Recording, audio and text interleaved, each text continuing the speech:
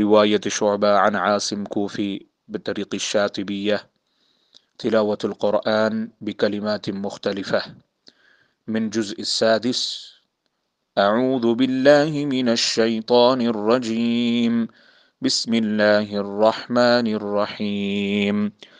والذين آمنوا بالله ورسله ولم يفرقوا بين أحد منهم أولئك سوف نؤتيهم أجورهم وكان الله غفورا رحيما.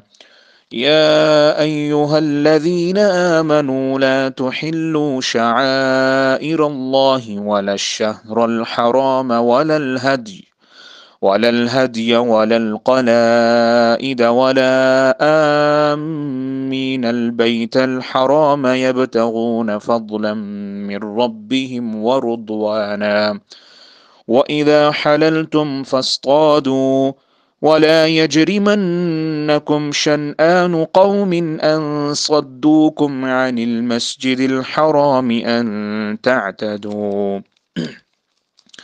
يا أيها الذين آمنوا إذا قمتم إلى الصلاة فاغسلوا وأيديكم إلى المرافق وامسحوا برؤوسكم وأرجلكم إلى الكعبين. يا أيها الذين آمنوا كونوا قوامين لله شهداء بالقسط ولا يجرمنكم شنآن قوم على ألا تعدلوا اعدلوا هو أقرب للتقوى واتقوا الله إن الله خبير بما تعملون. لئن بسطت إلي يدك لتقتلني ما أنا بباسط يدي إليك لأقتلك إني أخاف الله رب العالمين. يا أيها الذين آمنوا لا تتخذوا الذين اتخذوا دينكم